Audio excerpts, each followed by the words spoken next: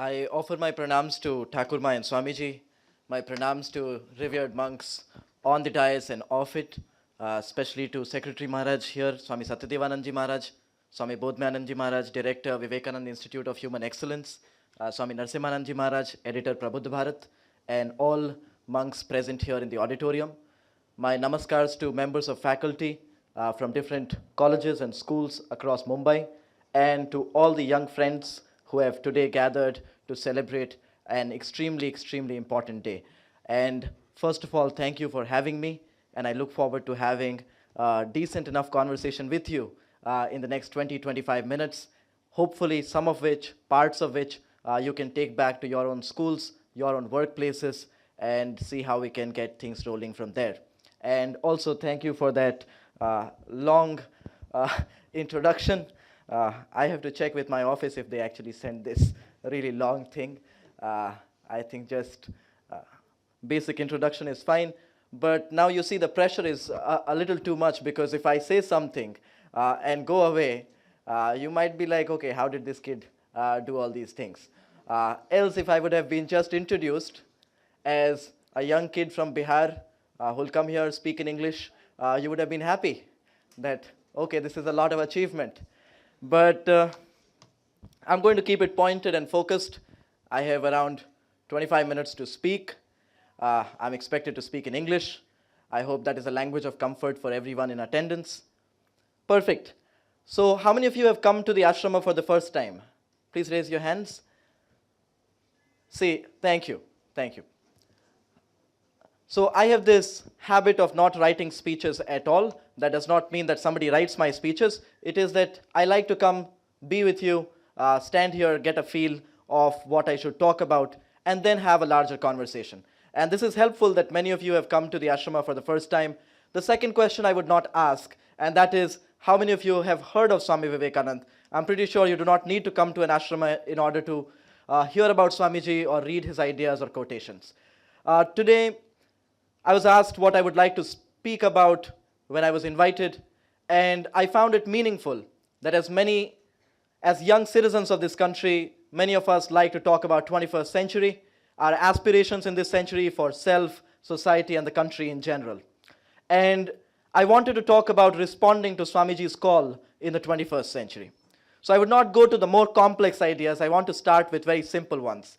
Since many of you have come to the ashrama for the first time, I want to recognize who the good youth or who the good kids in school, good students in college are.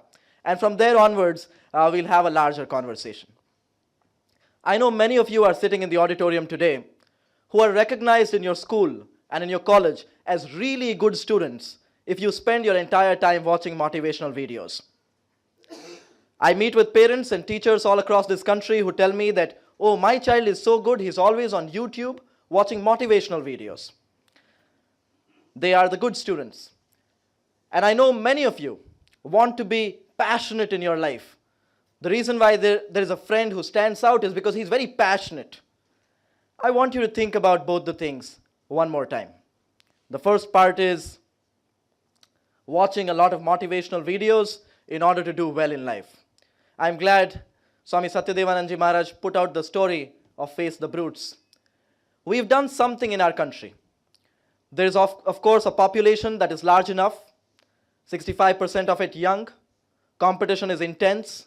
Parents have as big dreams as children have. Aspirations are taken forward from homes to classrooms, classrooms to office rooms. And I understand your anxiety, and I understand your aspirations. But I want to make 2 to 3 larger comments that can get you started. And instead of starting from Swamiji and coming to you, I want to start from you and move towards Swamiji. So this entire culture of motivational videos that we've built in the country, and as young people who are here celebrating National Youth Day, it is important for us to understand this. Many of us get up in the morning, not feeling happy. We Google how to be happy. And then there is a YouTube speaker who's in a 5-minute rant in a single breath, giving you these 5 to 10 ideas of how to be happy, including get up in the morning every day, say it 5 times, I'm happy, I'm happy, I'm happy, you'll be happy. Somebody has an exam, and then they're not finding it very difficult to concentrate. So they will just Google how to concentrate. I have an exam tomorrow, as if Google is going to talk to you. And then you will find सफलता के 5 सूत्र, एकाग्रता कैसे बढ़ाएं, how to have greater concentration, how to be successful. Somebody who might not have practiced it in real life, might not have even experienced it, is telling you how to be successful, is telling you how to gain concentration. And that includes everything from what people cook up at homes in terms of ideas and thoughts to everything that is around on WhatsApp. Just yesterday I was in Gujarat at a very major Youth Day celebration. Around 10,000, 12,000 young people had come out. I had a great chance to talk to them. But I was also advising the people who were organizing this. So I'd asked them that you make audio visual of Swami Vivekananda quotes and you play it throughout the ceremony so that young people can get Swamiji's quotes in English, Hindi and Gujarati. So I asked them, you prepare a list of around 10, 12 quotes. I want to go through that list. Out of the 10, 12 quotes they had of Swamiji, at least 4 or 5 quotations were quotations that were random WhatsApp quotations that we just like to attribute to Swamiji, just to add some value to it. So that also happens in the same motivational video circuit. But the reason why I'm talking about that first part, that there are aspirations, there are dreams, you have goals, you have set your targets, and you want to be happy, you want to be dedicated, you want to be successful, you want to have higher concentration, and you bank on those motivational videos. And there's a very simple way to understand that. I often ask my young friends all across this country, if there is a child who is 4 feet tall and he's standing on a 2 feet wooden block, what's his height now?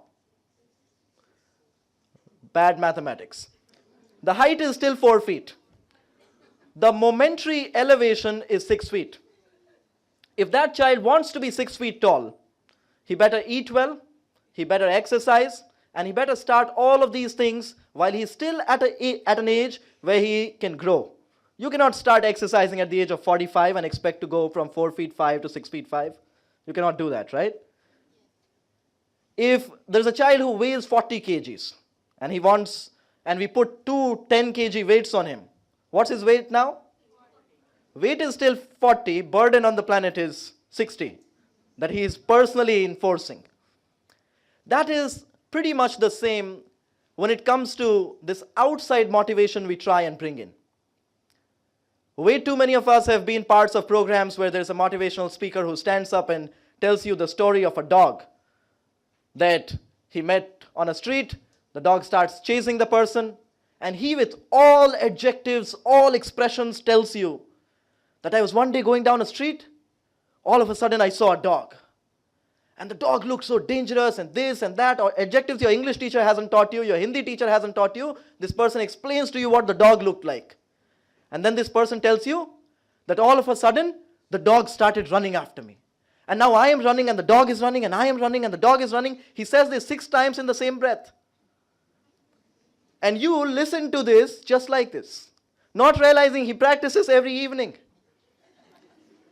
And then all of a sudden he says that, and all of a sudden I stopped. And the moment I stopped, I saw the dog stopped. And then I looked at the dog and the dog looked at me. And I smiled and I saw the dog started smiling. That is the day I realized if you face a problem in life, you smile. And all you young, bright, smart citizens of this country, workers of Swamiji, next day you have an exam, next day you have an interview, and you're sitting down and you're smiling. Not realizing that this story is extracted from the story that was from the lived experience of Swamiji, that involved monkeys and not a dog.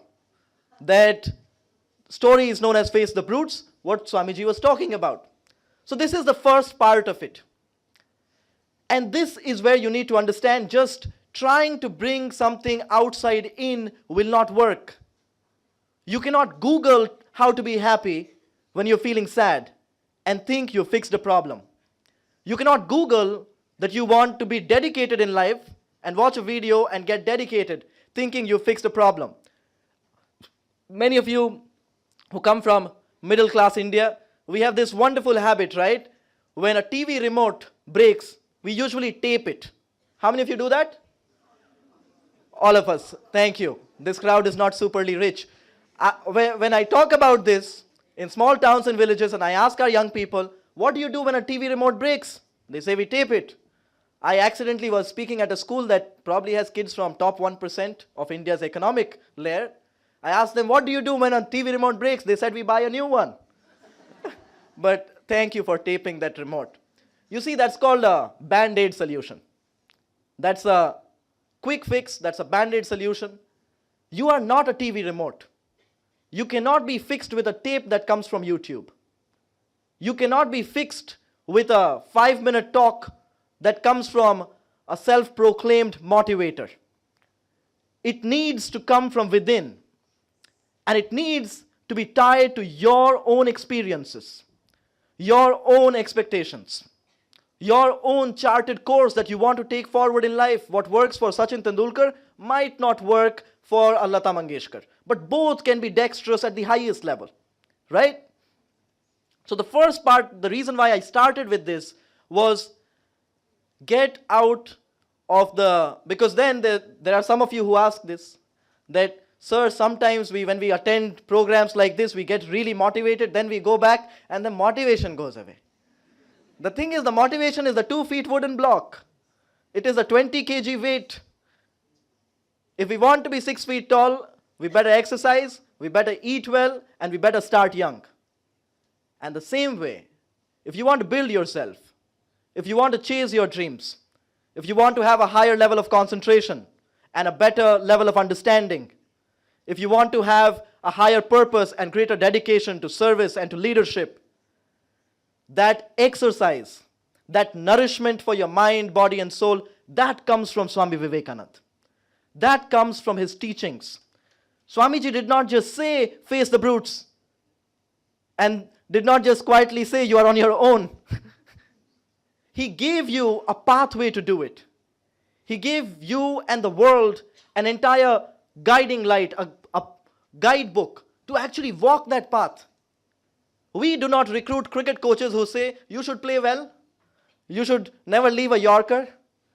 We need cricket coaches that enable you to see that Yorker, enable you to put that bat straight, enable you to groom that cricketer within. Else, there can be a lot of chanting and yet no result. But that is the reason why that first part, this outside-in motivation, if you want to replace that and you want to grow inside out, it has to be with Swamiji's teachings, it has to be with Swamiji's words. The second part of it is, again, a good sign of being recognized is being passionate. Now, you just can't be passionate for no reason. Just because we have found this parallel, we have just drawn this commonality between all great men and women, that they were all extremely passionate, that just doesn't mean that now we are calling ourselves passionate or striving to do that without even understanding that first things that gets us started in the first place, and that is purpose. As a middle school student, you can follow Swamiji. As a high school student, you can follow Swamiji. As a head of a state, leader of a government, engineer, doctor, whatever you are, you can follow Swamiji if you get to the basics and if you get to the fundamentals. So that is the reason why the first part of it being good by having this outside motivation, I hope you'll replace that. The second part of it, by just being passionate alone, I hope you'll introduce purpose into that passion. And that brings me to the larger conversation I wanted to have with you today. Way too many of us go through school and through college without ever being asked or without ever being told, why are we sent to school? And why are we sent to college? And that is the greatest disservice we can do to a generation. Way too many of us have gone to school just to go to college, and have gone to college just to go to a workplace. And if we really want to understand why we go to school in the first place, it is important to have that conversation within. And turn that phone off or put it on silent. Oh, is somebody watching a motivational video on his own? Yes. So, how many of you love your family? Oh, there are some of you who need to be reported back home. How many of you love this country? There are some of you who don't love your family, but you love your country. I like that. But still, do both. But see, I came here to have a very simple conversation. The first two things I got right was I did not want you to leave excited. A lot of times when I speak, I see a lot of young people leave excited, but they are still not following the right path in order to move forward. And remember, the right path doesn't come anywhere from outside. You chart your path. It is just that Swamiji enables you to chart that path for yourself. It is probably the only pathway that can customize itself for every individual based on their own expectations of what they hope to deliver. But I want to put out now those three important words, responding to Swamiji's call in the 21st century. So what are we talking about? We are talking about a patriot monk who is celebrated globally. Just a year ago, we celebrated the 125th anniversary of a speech that Swami Vivekananda delivered in Chicago. All across the world, we celebrated that speech. We live in a world where languages have been lost, stories forgotten, civilizations come to an end, and yet a speech lives. If you want to get a greatness certificate for somebody to follow, because I know these days we look for validation and certification, why should I follow somebody? If you want a material certificate, which I hope you never expect, just try and understand a speech lives for 125 years and the world celebrates it. Not one part of India, not one community, not one state, everywhere in the world the speech was celebrated. I have the great honor of being named after Swami Vivekananda. Sagar in my name comes from Ishwar Chand Vidyasagar, who played a role in preliminary education of Swamiji. Vivek comes from Swami Vivekananda, and Sharad, because I was born in Sharad Ritu. When I was a young kid, I grew up seeing Swamiji as a superhero. I used to feel that everything that is powerful, everything that is important, everything that is about happiness and strength, he denoted all of that. The other thing that did contribute was that I did not have a television growing up, and I grew up in small towns and villages. But there was an extremely important thing my parents did. It was mentioned that for the first 12 years of my life, I did not go to school. Now that might surprise many of you, but it should not. My parents chose a threefold way of educating me. The first part of it was that in the small rented houses that we lived in small towns and villages of Bihar, they pasted the quotations of Sri Ramakrishna Dev, Holy Mother Sharada Devi, and Swami Vivekananda in English and in Hindi on every single wall. And they made it mandatory for us to get up every morning and read these quotations before we started getting to work. That was the first part of my education. The second part of my education was reading newspapers. My parents were concerned that living in these far distant corners, how will we compete with the world or excel in it? So they made it mandatory for us to read newspapers. And newspapers would come one day late, just to give you an idea how far and distant corners of Bihar I grew up in. Reading these newspapers, I would read stories of young men and women across the country who would represent India. Some who would secure a full scholarship, some who would win a competition. And I used to wonder if I can do the same. And I found out that since I was not enrolled in any school, I could not participate in any of these competitions or avail any of these opportunities. So as a small child, I started something simple, the habit of writing down these opportunities in a notebook and writing which month these opportunities take place in, who can participate and how, whatever little information I could extract from the newspaper. The third part of my education was simple. Textbook and notebooks would be brought home, and we had to self-teach ourselves, or our parents would teach us. This was no luxurious homeschooling where teachers would come and teach. We were just taught by our parents and self-taught ourselves. In this journey of this threefold education, we grew up with the teachings of Swami Vivekananda. As a child, when I saw Swamiji, I saw Swamiji as a superhero. As I continued to grow further, I began to make sense of the sentences that I had read and repeated again and again. I was in Sita Nagaram in Vijayawada, Andhra Pradesh, recently, where I was meeting with middle school children. And I gave them a simple example from my life where I told them, even when you cannot understand Swamiji, you underline what you're reading, because that is how I grew up. Some sentences I understood, the rest I underlined. But the reason why I'm talking about it is also that slowly I began making sense of who Swami Vivekananda was, who I was named after. Growing up, I saw something extremely important. For those of you who think you're scientists and engineers, that's the reason why you should be aloof. For those of you who think that you have to compete at a global level, and that is the reason why you don't need to talk about this.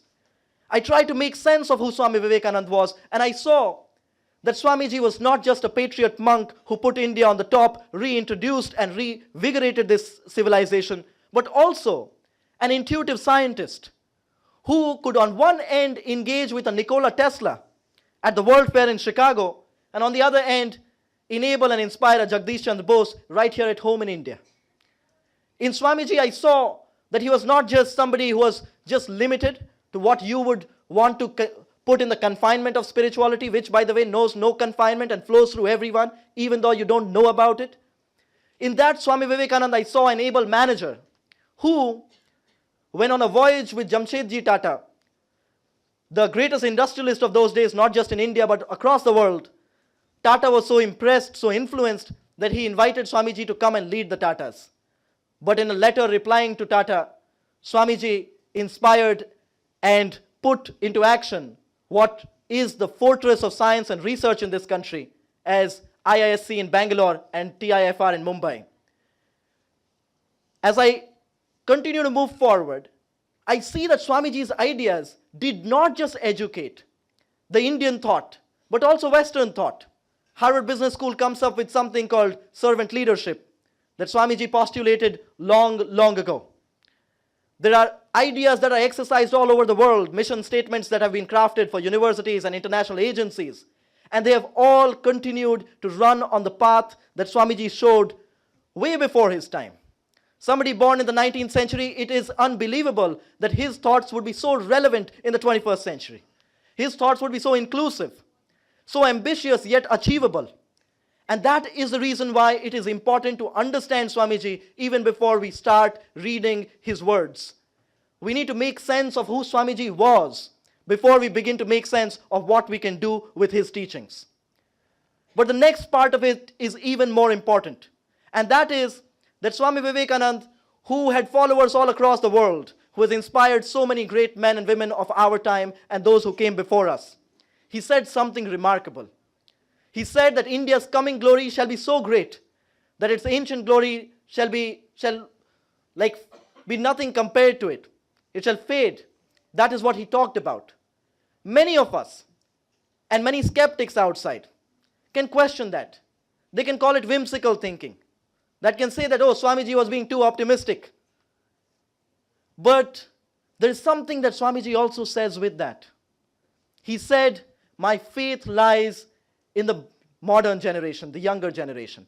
Out of them will come my workers, and they will work out this whole problem like lions. And that is where National Youth Day, being young, being as ambitious, achieving your goals, should find meaning and should find synergy. There are two parts to it. The first part is that journey within you, that thought within you. And the second part is that journey through you and that thought through you. I hope you'll work on both the parts. The first part is that thought within you. If there's a child somewhere in this country who is poor and that does not pain you, there's a problem. If there's a child in your classroom who cannot work as well as you can, who cannot score as well as you can, there is a problem. If there's a woman in this country who needs better health care and is too old to fight for that on her own, and if that doesn't pain you, if that doesn't bother you, there's a problem. That inner journey, that inner thought, that is important. Only that can drive us forward. We think that Bill Gates and Steve Jobs became billionaires just because they wanted to make a lot of money or start a new company. We think that Henry Ford went on to become an industrialist because he wanted to make a lot of money. If we look at the source of all great organizations that have been built in the history of mankind, they were all built when the founders had a journey within them, a thought within them that was driven by their lived experiences.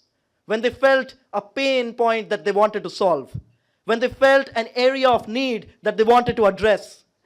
That is how, I know some of you might want to become entrepreneurs, but that is how entrepreneurship has changed the world. But that journey within you, I hope getting out of this place, this thought will not get out of you. Be bothered. Feel the pain. Try and put yourself in the shoes of others and try and think, even if you can do nothing about them. Please begin thinking of their journey. their problems, their pain, that will power the next journey. And that is the journey through you. We had no idea that in this country in the 1960s and 70s, when we debated what would we do if America would bully us. We had no idea when we debated what would we do if China tried to encroach upon or if Pakistan tried to attack. But the answer to that question came in the life of a young boy growing up in the holy city of Rameshwaram, who went on from being Kalam to Dr. Kalam, Dr. Kalam to Missile Man Kalam, Missile Man Kalam to President Kalam, and put to an end that question of internal security and national defense. If you look at Kalam's journey, it is important to note both the parts of it. That is, one, that journey of leadership as a scientist and as a statesman, but also the fact that here was a man who walked into the president's house with 2 suitcases, walked out with the same, who was at ease with a child 5 years old and a prime minister 5 years into office. And I want to share that second example that I increasingly share with young people across this country for an even more important reason. That is the little told story of the holy city of Rameshwaram. In 1963 and 1964, when a cyclone struck Rameshwaram, Pamban Bridge, the only bridge connecting Rameshwaram with mainland India, came falling down. This country gave the responsibility of connecting Rameshwaram to mainland India to a 30-year-old civil engineer. This young man went to his seniors, to his gurus, and asked that I have been given 180 days to fix Pamban Bridge and connect Rameshwaram once again. How can I do it? They laughed and joked and said that 180 days and fixing Pamban Bridge do not go well with each other. This is just impossible. This young 30-year-old civil engineer, while everybody knew that this was a matter of national importance because Rameshwaram is a holy city, the parliament of this country continued to debate this, continued to ask questions that by when will we connect Rameshwaram to mainland. On the 45th day, an honorable parliamentarian was taking that question, and he answered that within 1 month the task will be completed, without knowing well that most seniors had given up. This young 30-year-old civil engineer, to the surprise and pride of this country, the next day, on the 46th day, newspapers carried a headline that this 30-year-old civil engineer had fixed Pamban Bridge and reconnected Rameshwaram.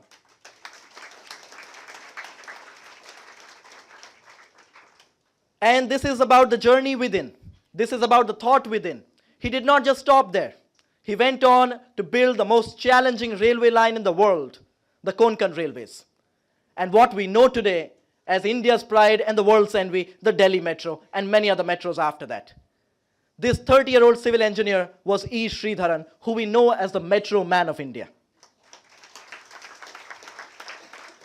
Something important we need to take from E. Sridharan's story, from President Kalam's story, is that when a book would be written on the life of E. Sridharan, please remember this, the book was not titled E. Sridharan.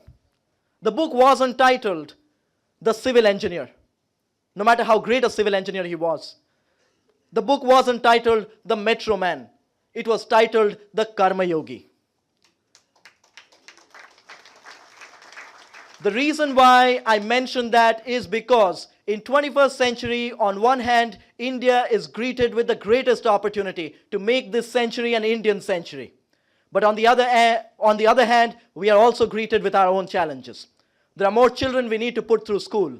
More people we need to lift out of poverty. More people we need better health care for. More advancement and development of physical sciences. But all of it cannot be done if the next generation leadership doesn't answer a call, a question that the 13th president of the Ramakrishna Math and Mission would often ask young and old alike all across the world. Swami Ranganathananji Maharaj would ask and encourage you to ask yourself, are you growing spiritually? And remember, this question knows no faith, no caste, no community, no sect, no country. It is important if that inner journey is going as well as the outer journey. Now, many of you would like to leave from here confused. Many of you would like to leave things that you cannot gaze with. So I want to drop one conversation that happened between Dr. Kalam and Professor Brahma Prakash in order to make sense of spirituality for young people who just want to take it at a conversation value. Professor Brahma Prakash, the mentor to President Kalam, and Dr. Kalam were having this conversation where they talked about spirituality. Professor Brahma Prakash makes an extremely important point. He says, You know, a spiritual person and a non-spiritual person, they both have the same journey. The only difference is they both go on a holiday as well. They both have the same journey. The only difference is the spiritual person goes without any bag. The non-spiritual person goes with 28 bags and baggages. The non-spiritual person who's gone on the same journey and has 28 bags has a journey that is forgettable and miserable. The spiritual person who goes on this journey, who has no bags and baggages, that person has a journey that is unforgettable and memorable.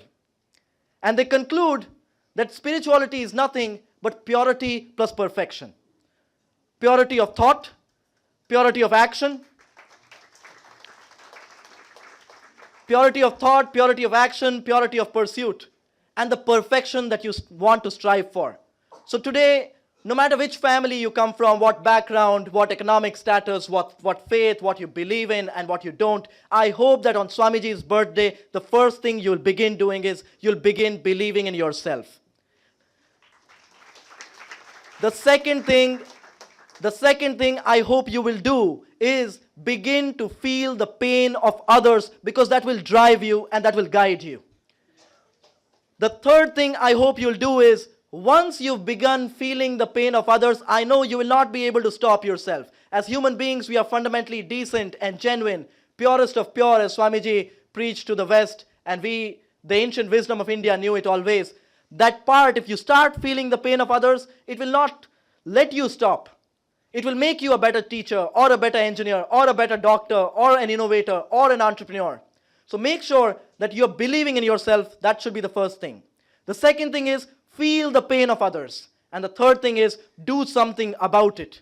Because once you start doing something about it, there is no question that a generation 65% young, powered with its education, nourished with Swamiji's ideas and ideals, can actually lift this country up, can actually build this century as an Indian century. Kalam gave this country national security and defense. Sridharan solved problems of public transport and infrastructure like no one could have imagined. There are great men and women in this country who have made sure that education has paved the path to their leadership. That is the final thing I want to leave you with. Too many of us in this country sit down thinking that leadership is confined to primetime television. Too many of us sit down thinking that leadership is confined to a position. And too many of us think that leadership is something that is external, leadership is something that is away from us. Unless you understand a word correctly, unless you begin to define it right, you won't be able to even live it. I get to work with middle school and high school children across this country. And I often ask them, who do you think is a leader? They say that people who we see on television, people who are in important positions, they are leaders. So I ask them that many actors, actresses, musicians, they also do big concerts, they are also on television, they also have mass following. Are they leaders as well? Children don't lie. They say that if they are contributing through whatever they are doing, yes, they are leaders as well. And we, at Dexterity, the organization that I run, encourage our young people, and this is not a definition I came up with. This is something that our children walk up to, but this is something that Swamiji, in everything that he taught, everything that he preached, it was all about building yourself, taking those initiatives, not stopping, knowing that you have infinite power, infinite freedom, love, everything within you. But the simple thing about leadership that I want to leave with is leadership was never about the procurement of a position. It was always about refinement of the personality. And I hope you'll do that. I hope your leadership will be about service. And I hope your education will pave the path to that. Because in this country, everything that you have, from your management institutions to space programs, were built and founded by a young man who went to University of Cambridge, returned to India, and Vikram Sarabhai built this country's space program on one end, and institutions like IIM Ahmedabad on the other. People like Kalam built everything that we've seen. People like Kurian built cooperative models and whatnot that have been replicated across the world. But India has been lifted up because of the education of its young people that found purpose, and leadership of its young people that was rooted in service. And that is the reason why it is no surprise that the greatest of all time, the patriot monk said that the national ideals of India are renunciation and service. I hope if you have fear of starting, you'll renounce that fear. If you have too much greed of a paycheck, you'll renounce that greed. I hope if you're waiting for validation from outside, you'll renounce that wait. And as you move forward, you'll renounce. That renunciation shall come into your life however you want. But the second part that is most important, that Swamiji called the national ideal of India, if at all you want to take something that powers your journey, that seva should enter your life. Service, service, and service. And for that reason alone, I leave with the final example of leadership that many of us, who till now might not have made sense of the word, can carry with themselves. And that is that as much as leadership comes from top down, leadership will also be that when tomorrow in Maharashtra, a young girl after a government school gives over, waits for another young girl who's 2 years junior and helps her with 2 math problems, that girl is a leader as well. Somewhere in this country, a child who doesn't know good English or Hindi but knows good Telugu or Gujarati or Kannada or Marathi, if that child writes an application for an old woman to get a widow pension card, that child is a leader as well. So, somewhere in this country, in our public maidans right now, children who know good football but do not know good badminton, and somebody handholds them and mentors them in badminton, that young child is a leader as well. Leadership can continue to be our ability to deliver value through our limited expertise. That value, when you are 5 years old, can be taking care of your 3-year-old sibling. When you are 15-year-old, that value can be writing an application. When you are 50-year-old, that value can be writing policies for this country or leading organizations. But leadership is delivering that value through whatever limited expertise that you have. And expertise, that is the reason why we go to school. That is the reason why we go to college. That is what is needed to answer that great call that Swamiji made, believing in the young people of this country. I hope that education will build that expertise for you as scientists, engineers, doctors, whoever you want to be. And I hope that that value you shall deliver right from day one, feeling the pain of others and serving them, knowing well that this journey has to be journey within and journey on the outside. Thank you so much. Jai Hind, Jai Bharat.